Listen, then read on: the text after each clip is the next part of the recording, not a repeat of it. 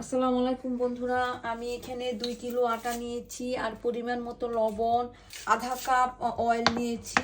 এই ইয়োগর্টটা দিব আটা ছানার জন্য। মোগলাই পরাটা বানানোর জন্য সবচেয়ে বেশি প্রয়োজন ইয়োগর্ট। গরম পানি, এটা গরম পানি। আমি এখন পানি দিব ধীরে ধীরে। আমি আটাটা সুন্দর করে ছেনে নিব।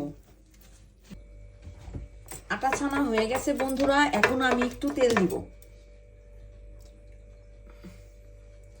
তেল দিয়ে একটু রেস্ট করব। আমি এখন এটা 10 মিনিটের মতো রেস্ট করব। লবণ পরিমাণ মতো, পেঁয়াজ, ধনিয়া পাতা, কাঁচামরিচ মিশিয়ে নিব। পরোটা লিচিগুলো এভাবে কেটে নিয়েছি। এখন দিব তেল।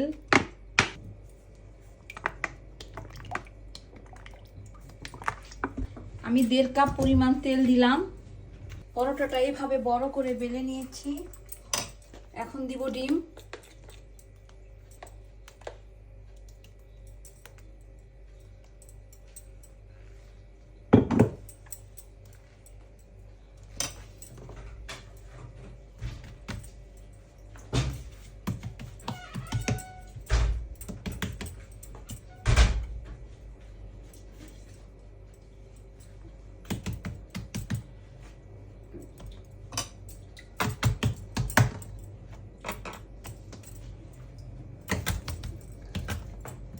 আমি এভাবে ভাঁজ দিয়ে নিব।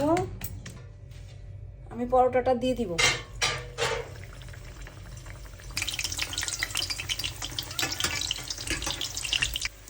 পরোটাটা আমি এইভাবে ভেজে নিব।